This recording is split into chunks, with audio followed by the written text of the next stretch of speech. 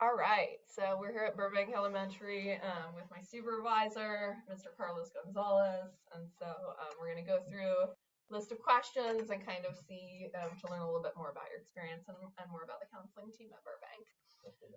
All right, cool. So let's go ahead and start with talking about who the members of the school counseling team are here at Burbank. Yeah, so at Burbank Elementary, we have myself, the social emotional counselor, and then we have Alejandra, who's the cost coordinator. She kind of delegates services. She will communicate with parents, teachers, administrators, take care of like paperwork, referrals, things of that nature. Cool.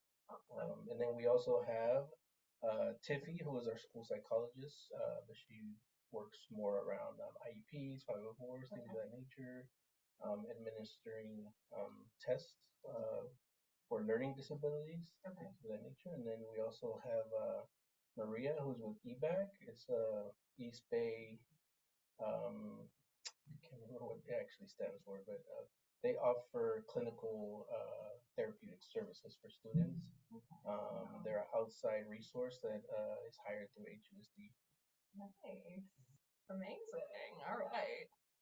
And what are your, as the socio-emotional counselor, what are some of your credentials and your schooling? And I'd love for you to talk about kind of the journey of how you came into this position. Yeah, definitely. So I have a PPS credential, People Personnel Service credential that I received at the University of San Francisco. I also have a master's degree in counseling psychology. So basically, my journey started. It's a different journey for me. I fresh out of high school, I went to work in the construction industry. College was never something in my realm, I would say. Even though I grew up in Berkeley, California, or UC Berkeley right up the street. For in my household, it was you're gonna go to work and you're gonna help provide in the home. So that was what was expected of me as a male, one of five boys. And after working probably close to 15 years of construction, you get tired, you're physically exhausted, and you start thinking of what could I do differently, what could I do to better myself, and that's when I returned to community college. And as I was in community college, I transferred to Cal State East Bay, where I took human development courses. And human development was my minor, and I was just really intrigued by the brain, how it worked, behavior, things of that nature. And then from once I received my bachelor's degree, I went to work in a school setting. Really loved it, enjoying doing student support. It's basically like counseling, but without the actual licensing and the counseling piece of it, right? So it was more just supporting students' social emotional needs by providing that, you know, just providing that support. So from there, I did a little bit of substituting in the classrooms there, and that's when I realized I was like, yeah, being alone in the classroom with over 20 kids, I was like, no, thank you. So I one day I had a conversation with the counselor there, and I was just like really intrigued by the work they were doing, and they would ask me a lot for support. So yeah, they encouraged me to do the counseling program, and I did. And that's how I ended up here in Hayward was because my wife has been working at Hayward Unified School District for almost 20 years. So when I was doing my internships, I said, well, I could commute with you. We could come in together and kill two birds with one stone. And also she knew a lot of people. There was a lot of connections here, so I was able to find an internship really fast here at Hayward High, and I just stayed here. I really love the community. I love the people who work here. I feel like there's a lot of support here, and everybody's doing a good work. And I just felt really connected to the community. Very cool. Very cool. Yeah, you were definitely a pillar here at Burbank. All right, so let me move on to our final question for the assignment. So what is the school counseling team's position on advocacy regarding meeting the needs of all students? So I want to talk about like those top three kind of goals.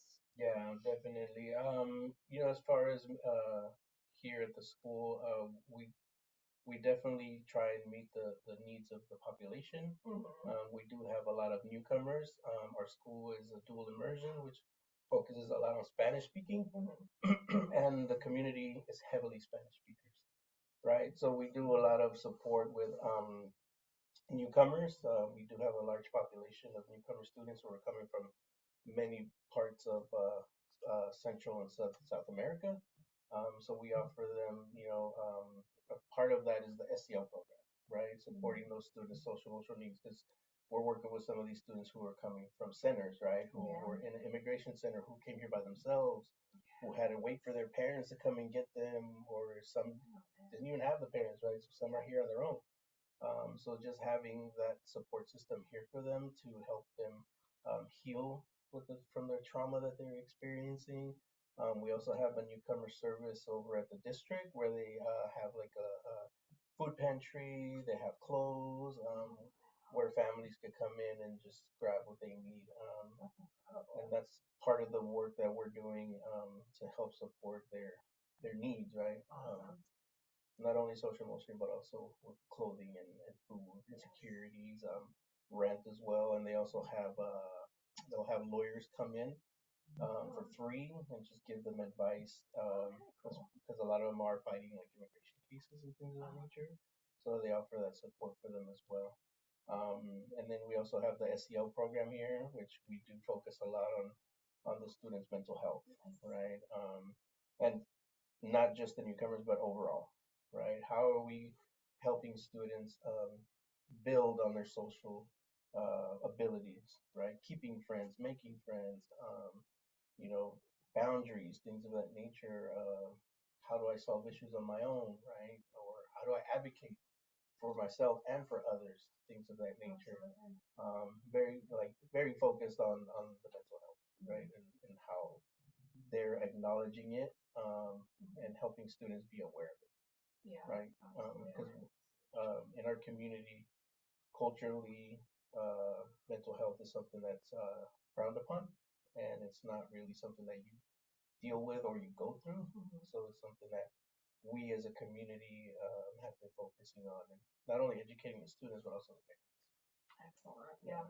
Parental education is such a huge part of it. Yeah, too. definitely. And that's one of the last things I would say is that we also focus on not only as a school, as a district, is also parent and community engagement. Right, we have something called Parent University that happens in the district where they'll have universities come in and have conversations with parents and students, just so they're exposed to that education culture, right? What it's like, what it is, what does it mean? Why should my kid go to college, right? And then we also have Cafe Dad, where dads come in and have coffee with their kids, drop their kids off at school. So just doing so many activities where the community is able to mix with the teachers and the school and be part of the community. Right, the engagement piece is so important. I feel like those are things that are definitely needed in schools, especially for parents who may be too scared to be here or to talk to an educator or talk to another adult. Just opening those doors up for them. Absolutely, absolutely. And when through the dual immersion, we really do see that at this campus too, that very welcoming nature. That is so lovely. So thank you so much. That's beautiful, Carlos. So to close out, I just want to ask you, since I've been able to work with you this year, and of course it's been a pleasure. What is your favorite part about being a counselor here at Burbank? Ooh, my favorite part I would say is building the relationships. I think every year you have a new caseload, but then you do have the students that you've been working with for multiple years. And I feel like just seeing those students progress and seeing them kind of become independent, with your help and your guidance, I think that's like the greatest feeling ever. And when they see you and they automatically gravitate to you, it's just like the greatest feeling. And that's what kind of makes you want to come to work every day. And even though some days will be really rough, some days will be really hard, there's always like those moments that you look forward to where you're like, I can't wait to see that kid who always puts a smile on your face. Absolutely. I can definitely see that in your interactions with the students, and so it's been really beautiful. to be observing you as I'm forming those own relationships with students. Yeah, definitely. So I just really appreciate you being such a fabulous mentor to me this year. Thank you. Yeah. So I thank you. appreciate all you've done, your hard work, and your due diligence. I feel like this work is very, I would say, particular, right? Yes. Not everybody can do it, Yes. and that's important to find your niche. Absolutely. Right, as they say. Absolutely. Well, thank you so much, Thank you, Carlos. Maddie. Thank you. Appreciate it. All right.